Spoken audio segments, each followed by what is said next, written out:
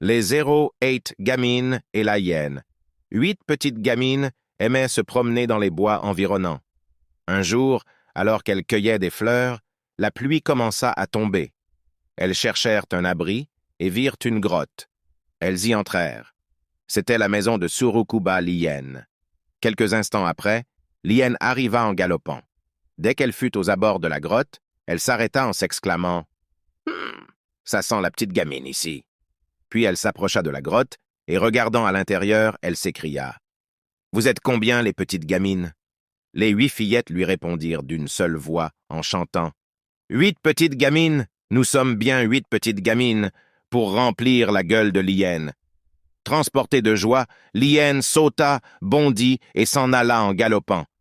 Elle voulait raconter ça à une autre hyène, si elle les mangeait tout de suite, et si elle racontait ensuite qu'elle avait un jour trouvé 8 petites gamines bien menues dans sa maison à elle, personne ne la croirait. Il fallait donc qu'elle trouve un témoin. Elle partit au galop, répétant la chanson des 8 petites gamines. 8 petites gamines, pour remplir l'hyène. Elle trouva un compère et l'invita à aller voir ce qu'elle avait trouvé dans sa grotte. Dans sa maison à elle, 8 petites gamines bien potelées. Mais avant leur arrivée, 2 fillettes étaient sorties de la grotte pour gagner le village. Les 6 leur répondirent « Oui, nous sommes bien 8 petites gamines pour amuser les crocs des 8 hyènes.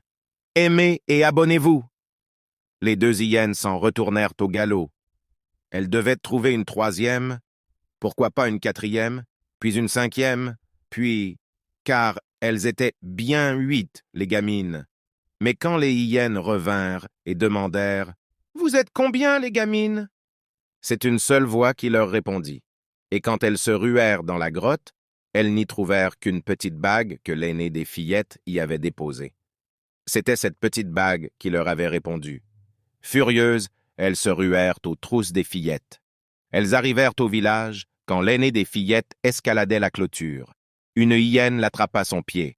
« Je te tiens, petite maligne, et je vais te manger !»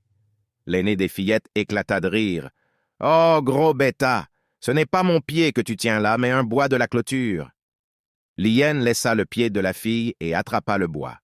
La fillette sauta dans le village et alerta les chasseurs. C'est là que le conte alla tomber dans la mer. Celui qui le respire ira au paradis. Quelle leçon avez-vous retenue de ce conte, les amis?